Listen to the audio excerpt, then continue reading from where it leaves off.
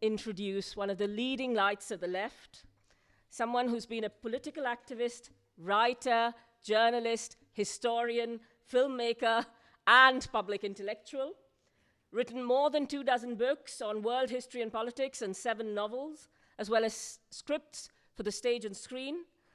He's also editor of the New Left Review, Tariq Ali.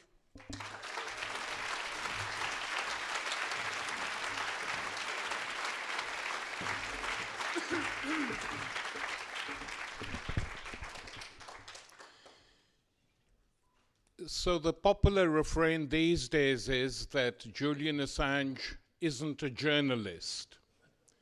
The implication here is that were he a critical journalist, we might defend him. Well, the people who are saying this, we know who they are. And let me ask them a question. Did you defend the chief correspondent of Al Jazeera at the beginning of the Iraq War, who went to cover the war for Al Jazeera and was droned to death by the United States, especially after the head of station of Al Jazeera in Qatar, from where many of the planes were taking off, told the United States publicly and privately, these are our headquarters, these are our journalists who will be covering the war, please make sure you don't bomb them by mistake. The very first week of the war, their office was targeted and their chief correspondent was killed. He was a journalist.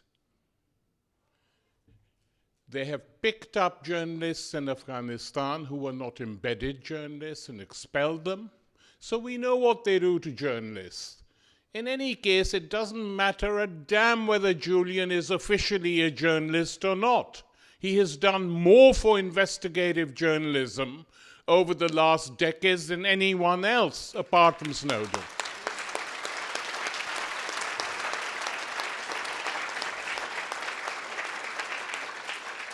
Most of the liberal newspapers globally, after the end of the Cold War, had dismantled their investigative teams. Very few journalists employed as investigative journalists. Their numbers really cut down. So what would they have done? Where did their biggest scoops come from? From Wikileaks and from Snowden. And why did these people feel obliged to publish them? Because they knew they were true. They knew that they were the only papers who could do it, that it would increase circulation, it would get them more credibility. And I really say to you today that our campaign would be more successful if the editor of The Guardian and the editor of the New York Times were with Julian in prison.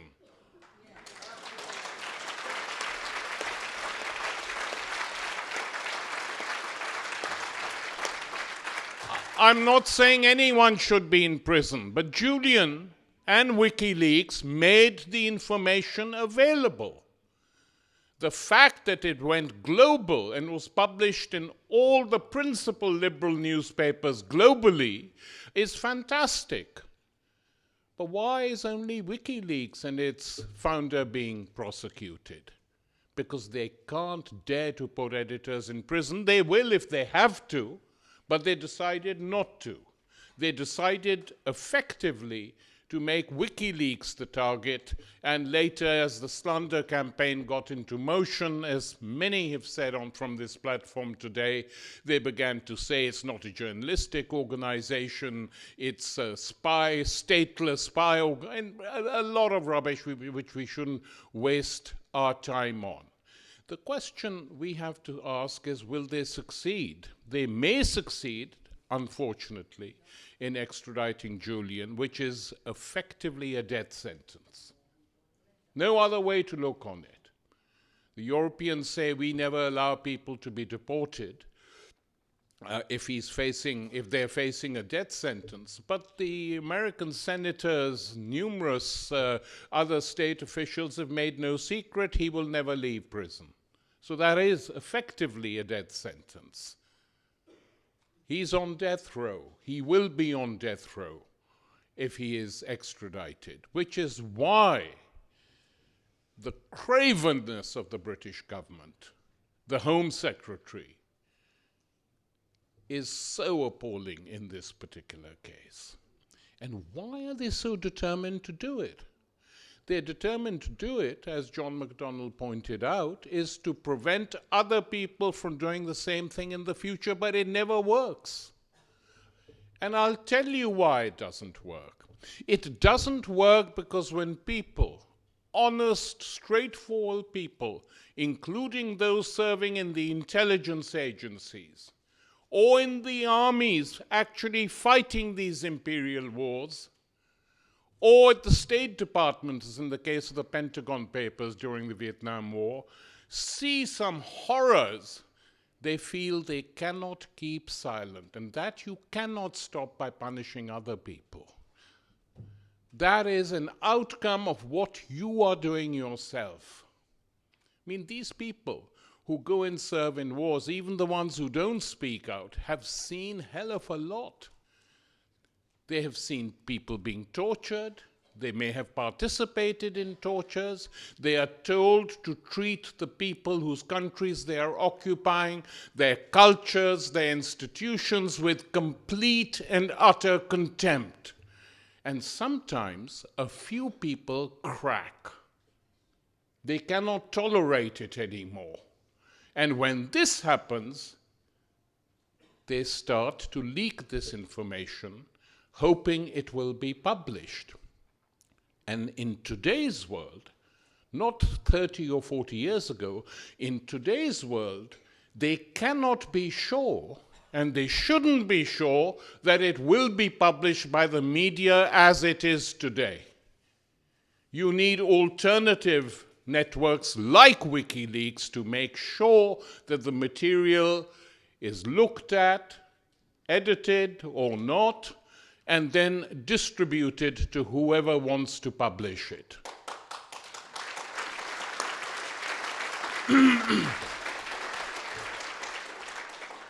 And you know, the ironic thing is that quite a lot of the material I've read from Wikileaks and the information they made available, the secret reports sent by US embassies to Washington, explaining what was going on in the country, the Americans should actually be grateful, because it shows that quite a lot of their diplomats are actually aware of what is really going on in the country. They just don't want to make it public, because in most of these countries they're supporting these governments, appalling governments. But privately, they send a report to the State Department or the intelligence agencies saying, actually, the guy we are supporting and his colleagues, they don't put it quite like that, are a bunch of rogues and crooks and murderers. But we're supporting them. But they have to know that these are the people they're supporting, so there are no illusions. So they should have been pleased that WikiLeaks have published this to show that they are well informed, some of these diplomats. I mean, normally people think American diplomats are stupid, but actually quite a few of them are not. Hence, as WikiLeaks has shown. So WikiLeaks should get a tiny award for boosting the popularity of a few US diplomats themselves. The thing which we also should say at this meeting is that WikiLeaks was given the information, as we know, by Chelsea Manning, who was then serving inside the United States Army. And Chelsea Manning is today being victimized for refusing to bear witness against Julian Assange.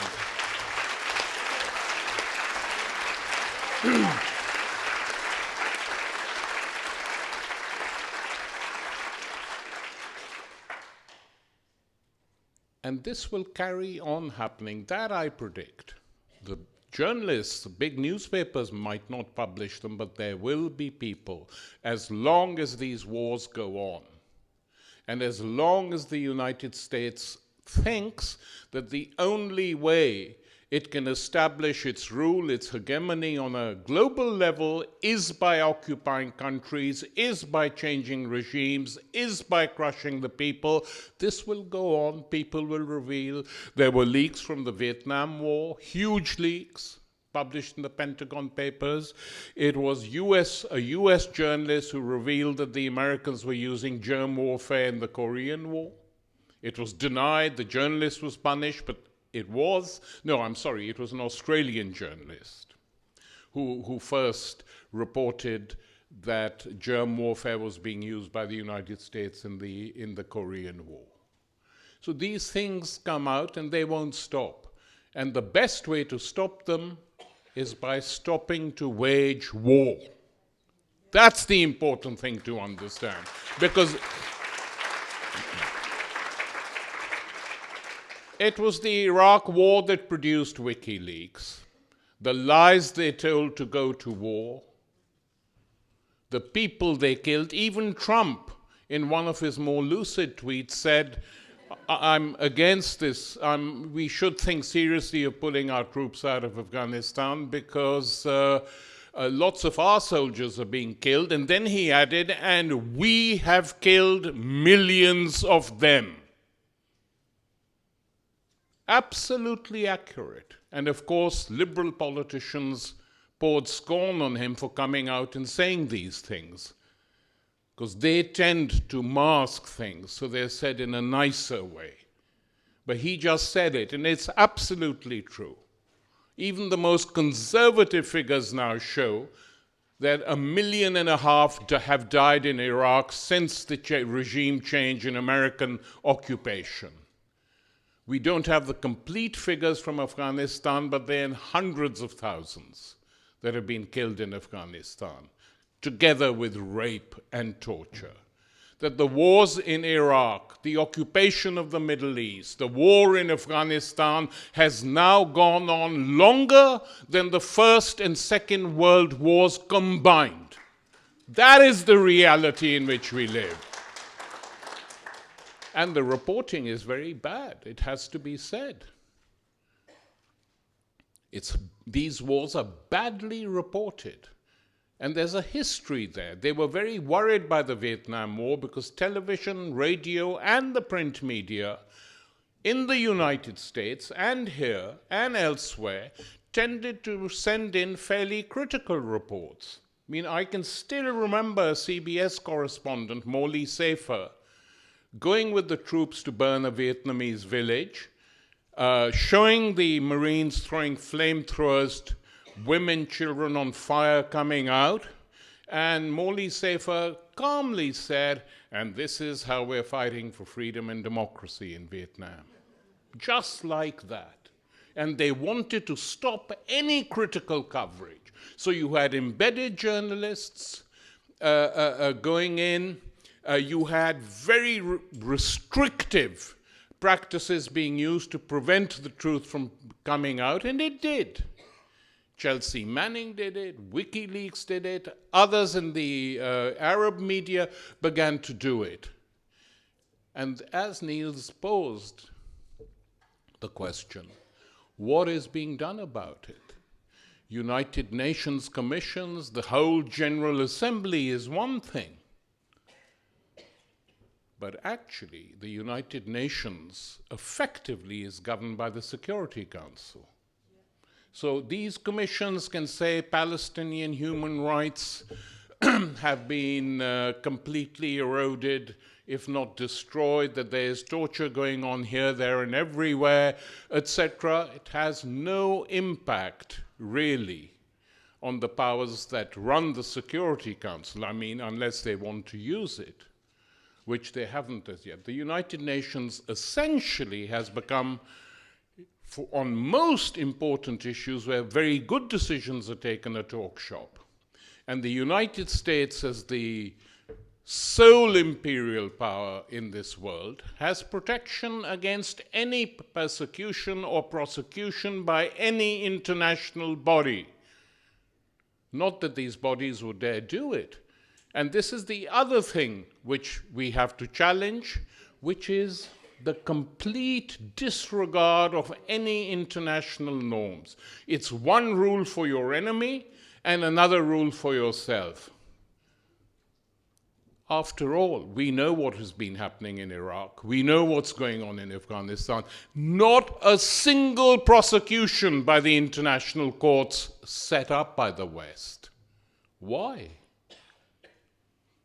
Why? We know the scale of the massacres that took place. We know what happened in Fallujah in Iraq, where they were shooting wounded Iraqi prisoners in the head, saying that's what you do to dying animals, according to a report in the New York Times. No prosecutions at all by any international body. Why? Because they are supposedly our wars, and our wars are good wars, and the killing the enemy is part of our patriotic duty. That's why. In any system which was genuinely impartial, a legal system globally, I mean, why wouldn't Bush, Cheney, and Tony Blair be facing an international court? Why wouldn't they?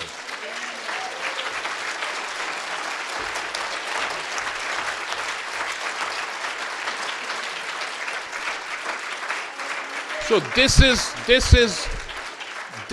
the context. This is the context in which one has to understand what is happening to WikiLeaks, to Julian Assange, and why they are so determined to crush dissent. It's not simply, as has been pointed out, the case of WikiLeaks. It's other journalists are under fire. Don't do it again, they say. Don't do it again. This is what happens. Snowden has to go and live in Putin's Russia for the rest of his life, and Julian Assange will make sure he dies in prison. So if you do it, just see what can happen to you. Not that it's only people like Snowden and Assange. As the United States president said, casually using gangster language not so long ago, we decided to take him out about 3 months ago, but then we waited, so we took him out now, referring to a serving general in the army of a sovereign nation, Iran.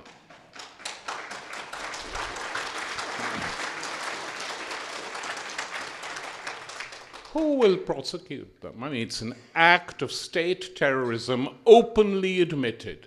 They say they have the right to do it. Why do they have the right to do it? We're the imperial power. And imperial powers can carry out atrocities, as the European empires showed over centuries. We owe Julian Assange our support, and support to WikiLeaks to carry on doing it, publishing despite the fact that Julian is in prison. And we have to do everything we can in Parliament, outside Parliament, in the UN, wherever, to make this case something. We might not win, but to make this case something that they won't forget, that there is a campaign, that people will fight against injustice and chicanery of this sort.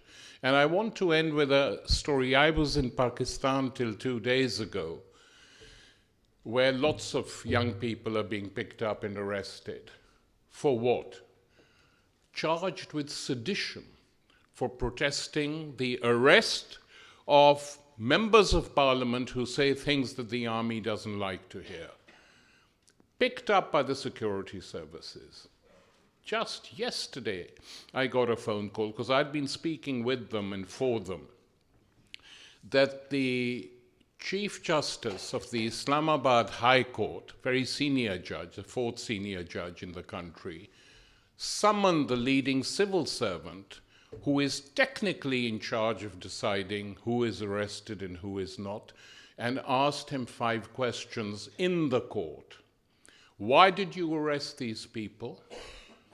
The guy said, I was out of town. It was my junior who did it, so I apologize for not being in town. And the judge said, we know you, it wasn't you that carried out by the civilian authority. We know, i.e. it was the intelligence services of the military that did it. Why did you use a colonial law passed in British times and used by the British Empire, the judge asked, to accuse some of these prisoners, young prisoners, of sedition? Do you even know what the word means? The guy couldn't reply. 3 or 4 more questions, and he said, instead of arresting young people who are protesting, we should nurture them, teach them that it's right to protest against injustice. And he ordered the immediate release of all the prisoners who had been arrested. Now,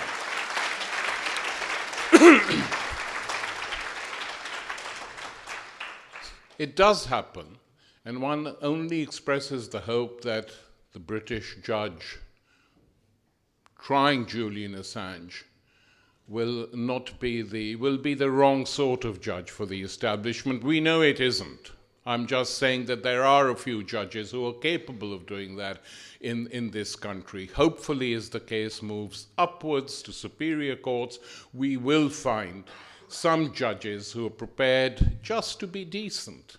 We don't want them to be any more than that. Just be decent and stop this extradition from going ahead, because it'll be a disgrace and a stain, not just on the government, but on the entire legal system of this country.